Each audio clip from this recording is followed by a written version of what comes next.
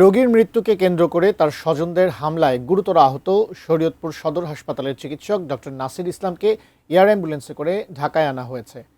ঢাকা মেডিকেলে তার চিকিৎসা চলছে। আগের চেয়ে তার শারীরিক অবস্থা কিছুটা ভালো বলছেন চিকিৎসকরা। এ ঘটনায় জড়িত দুজনকে গ্রেপ্তার করেছে আইন শৃঙ্খলা বাহিনী। বিস্তারিত জানাচ্ছেন মাহতাব মিনহাজ। শরীয়তপুর সদর হাসপাতালের শুক্রবার মধ্যরাতের চিত্র।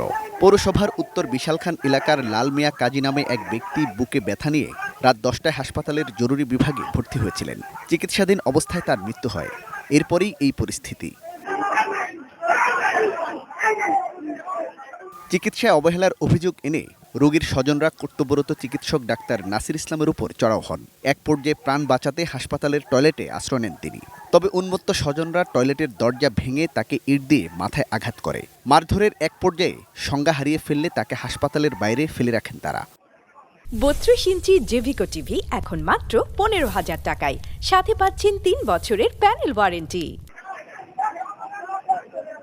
সদর হাসপাতালে প্রাথমিক চিকিৎসা শেষে এয়ার অ্যাম্বুলেন্সে ডাক্তার নাসিরকে ঢাকায় আনা হয়। ভর্তি করা হয় ঢাকা মেডিকেল কলেজ হাসপাতালের নিউরোসার্জারি বিভাগে। তাকে দেখতে হাসপাতালে আসেন স্বাস্থ্য মন্ত্রণালয়ের সচিব সহ বিএনপির স্বাস্থ্য বিষয়ক সম্পাদক। এ সময় তারা হামলার তীব্র নিন্দা জানান এবং ঘটনার সুষ্ঠু বিচারের আশ্বাস দেন। যারা এই ধরনের ঘটনা ঘটিয়েছে তাদেরকে সুষ্ঠু তদন্তের মাধ্যমে তাদের বিচারের আওতাধীন নিয়ে আসতে হবে এবং দৃষ্টান্তমূলক শাস্তির ব্যবস্থা করতে হবে। ইতিমধ্যেই দুজনকে গ্রেপ্তার করা হয়েছে, মামলা দায়ের করার ব্যবস্থা গ্রহণ করা হয়েছে। যারা দুষ্কৃতিকারী, যারা এই ধরনের বর্বরোচিত হামলার সাথে জড়িত, আইনের মাধ্যমে দৃষ্টান্তমূলক শাস্তির ব্যবস্থা করা হবে ইনশাআল্লাহ। এ সময় স্বাস্থ্য অধিদপ্তরের এডিজি ডাক্তার জাহিদ রায়হান তার উপরও হুমকির কথা জানান সাংবাদিকদের। কারণ এটা একটা নামবিহীন একটা চিঠি, হুমকি, এগুলো আমলে নিলে আমরা তো কাজ করতে পারবো না।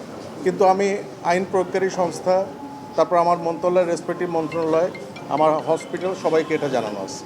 Mahtab Minhaj, ATN news, Dhaka.